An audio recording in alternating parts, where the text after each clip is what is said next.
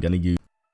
Hello, guys. MGTOW Monolith here, and today I wanted to talk about something that it's a weird phenomenon. I don't know how to exactly describe it, but it's basically how people take things when a man says it versus when a woman says it. I'm talking mainly in the issue of domestic violence cases. For example, I'm going to use myself as an example because firsthand, you know. So, about a couple years ago, I was still living with my mother. Now, the thing is, it was basically an abusive setup and whatnot, hence why I moved out as quickly as I could. However, back then, I still had the mindset that, I could go to other people, to pastors in the church to try and rectify this problem. But there's a couple of things that I didn't get. One, I was under the illusion that I was under the illusion, first of all, that she wanted to actually fix the quote-unquote problem. And there wasn't a problem to begin with at all. I wasn't what you would call a troublesome child. Wasn't involved in any illegal activity. I had a job. I went to school. There's literally no problem. However, she just didn't like the way I thought. And because she didn't like the way I thought, she gave me hell for it. So there'd be this side of her that I'd see, which is, the one that's causing all the problems, being even physically abusive at times. And then there's the side that she shows other people. And it's the, Christian angel, hardworking mother type, right? So I'd go to the pastor, for example, of the church I went to, and I described to him the situation. And I'm like, well, she's just making something out of nothing. She's just, she gets verbally and even physically abusive, etc. And do you know what he tells me? He tells me, "You're putting her in this box. I can't believe you're doing that. You're I forget what he said. It was something extremely stupid. Something like, you're judging her before you even give her a chance." And of course, in my mind, I'm like, okay, I just described something to you, and you're gonna tell me that you're gonna come back with that lame. It wasn't even an answer. It was more of a excusing her behavior, because we all know that if the reverse happened, or if a girl says, "Oh my goodness, my boyfriend's beating me," or "I'm afraid to talk around my boyfriend because he raises his voice and I feel scared," we all know that everybody, you would not hear, "Oh, there's two sides to every story. Yeah, she's contributing to the problem and he's contributing to the problem and you're contributing to the problem." No, you wouldn't hear that in that case. What you would hear is they'd be, asking for the head of the boyfriend that's making the situation so uncomfortable for the girl. And, I had yet to realize this. I had yet to realize that, people generally do not want to fix the problem. They want the most politically correct, whitewashed version of the situation to come out. And the thing is, I wasn't actually bad-mouthing her at all. That's the thing. That's the main issue. Because he's like, "You're judging her. You're not even giving her a chance." But it took me a while to realize that I was just describing what was happening. It's black and white.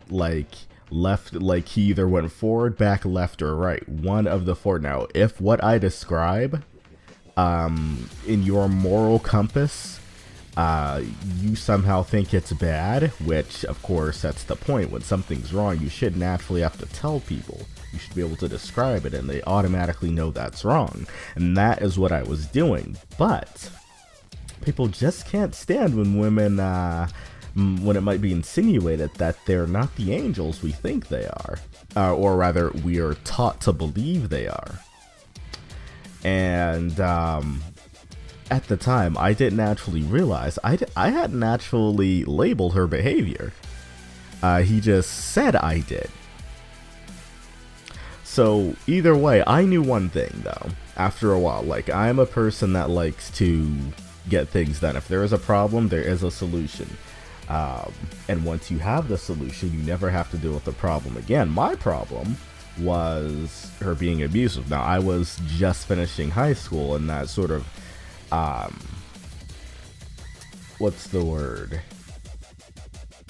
It's not really a fragile state, it's just that state in which, I wasn't able to support myself. So she was sort of taking advantage of that. Now, here's the thing. Of course, she would return to the pastor saying, oh, he's leeching off, he's lazy, blah, blah, blah.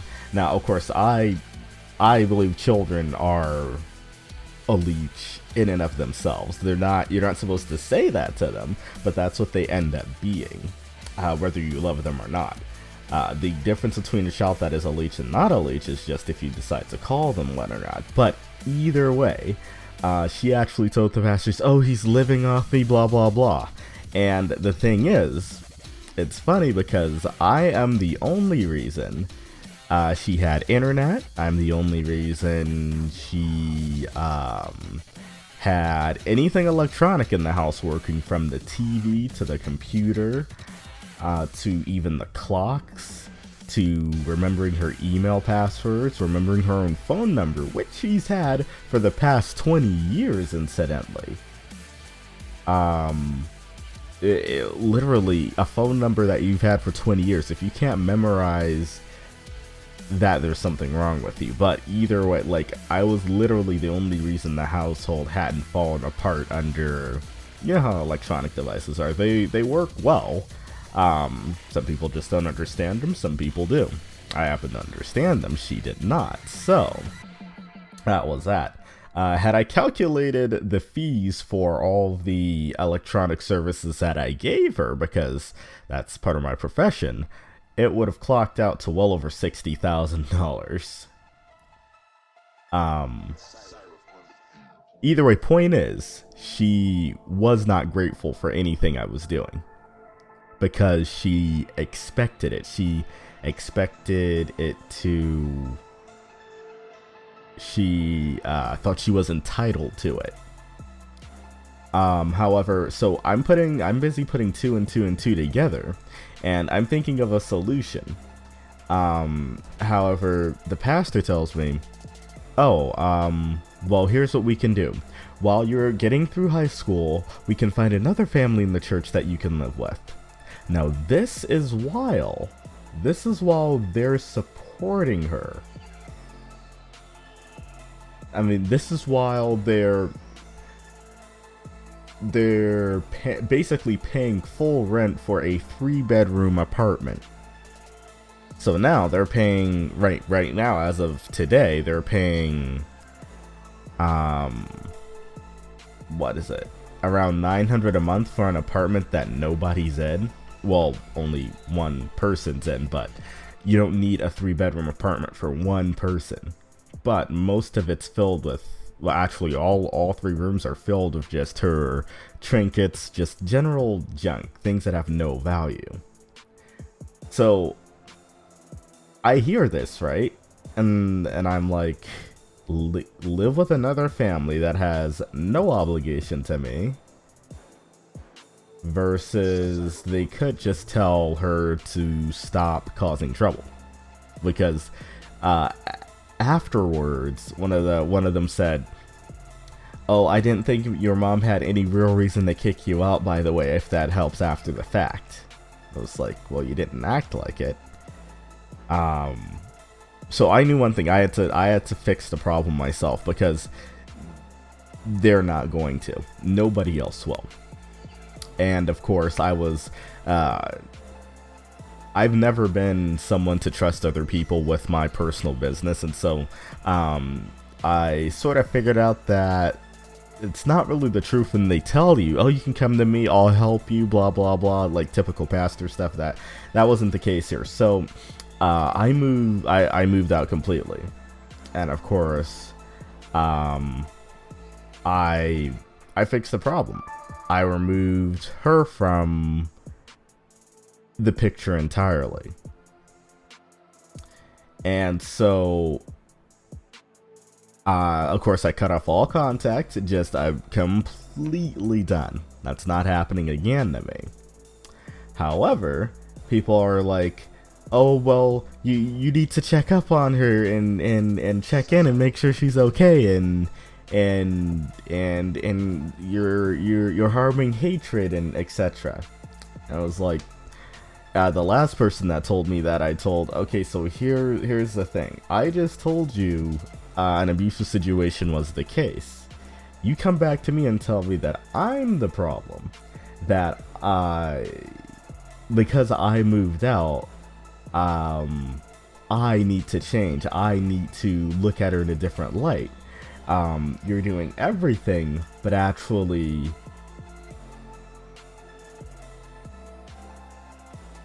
scrutinizing her behavior, because she's the one that caused all this. Don't look at the person who it's like there being a bear trap in the middle of the road. Whatever you do to avoid the bear trap, you're not the person at fault. Whoever laid the trap down is the person at fault. The person who laid the trap down is the one who needs to be scrutinized and told they need to change their behavior, i.e. pick up the bear trap. Not the person who puts countermeasures in place to make sure they don't step on it again. But, of course, at the time, being viewed as, people love stereotyping male children as, oh, they're just wild, they can't get along with authority figures, etc., etc. They want to branch out. And that is to tell the person who told me that, no, you need to stop, because at this point, I really, like, I'm not a person to use the "you're insulting me" line, but more like your line of thinking is highly illogical. And you could tell these men were all blue pill. Like, you literally said, she just finished attacking me, and they're gonna be like, well, what did you do to warrant that? When in the reverse situation, you even breathe wrong on a woman in this society, and you're gonna have a lot of people on your ass. But yeah, I mean, that's basically it. I'm sure many of you have had similar experiences, so if you want to leave a comment down below, just get a sort of discussion going, because this was something that was on my mind to talk about for quite a while, and I've just got around to it. Well, yeah, that's it for this video.